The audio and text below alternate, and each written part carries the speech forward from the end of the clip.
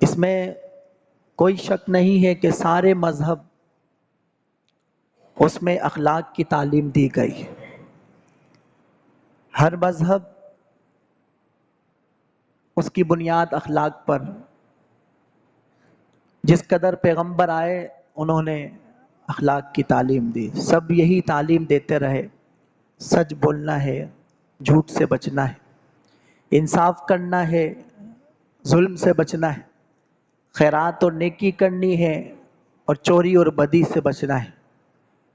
لیکن اب مذہب اسلام کی خوبی کیا ہے، اور اب جو آخری نبی آئیں گے ان کا کمال، مرتبہ اور مقام کیا ہے کہ جہاں ہر مذہب اخلاق اور اعمال حسنہ کی تعلیم دیتا رہا، اب آپ کو تکمیل اور کمال کی حیثیت عطا کی گئی کہ اب ان اخلاق کو تکمیل تک پہنچا دیں، کمال تک پہنچا دیں. بہت ساری وجوہات ہیں.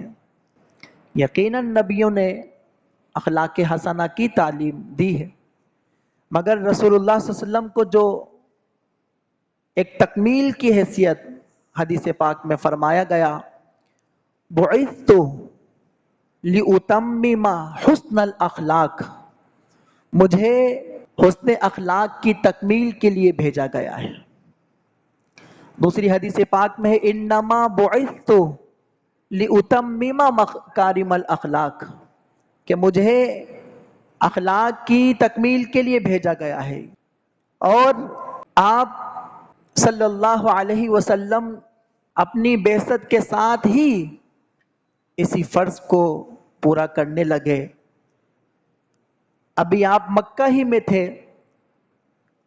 کہ جناب ابو ذر نے اپنے بھائی کو ان نئے پیغمبر کے حالات اور تعلیمات کی تحقیق کے لیے بھیجا، مکے بھیجا.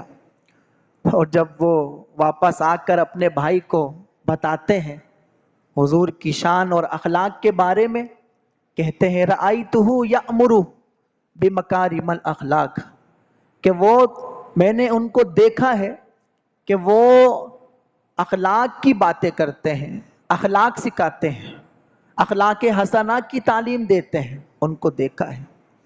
حبشہ کی طرف جب ہجرت ہوئی اور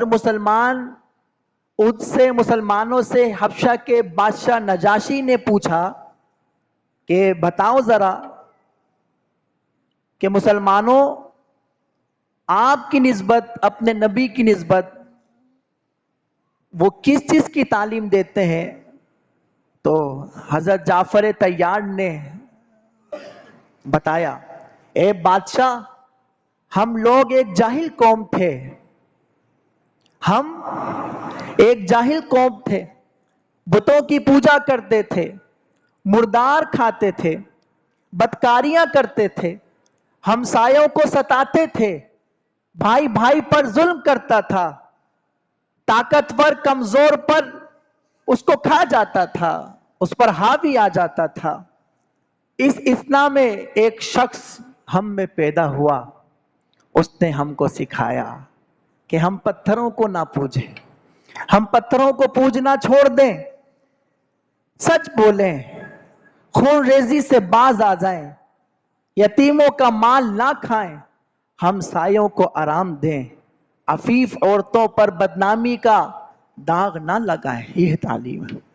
یہ نجاشی کے دربار میں حضرت جعفر طیار رسول اللہ صلی اللہ علیہ وسلم کے اخلاق حسنہ بتا رہے.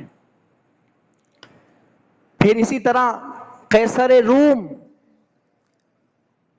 اس کے دربار میں ابو سفیان جو ابھی ایمان نہیں لاتے ہیں، وہ بھی حضور کے اخلاق حسنہ کی بات کرتے ہیں. اصلاحی دعوت کا جو مختصر خاکہ ابو سفیان نے کھینچا کہ وہ اللہ کی توحید کی دعوت دیتے ہیں، عبادت کے ساتھ لوگوں کو یہ سکھاتے ہیں کہ وہ پاک دامن رہیں، پاک دامنی اختیار کریں، سچ بولیں اور قرابت داروں کا حق ادا کریں.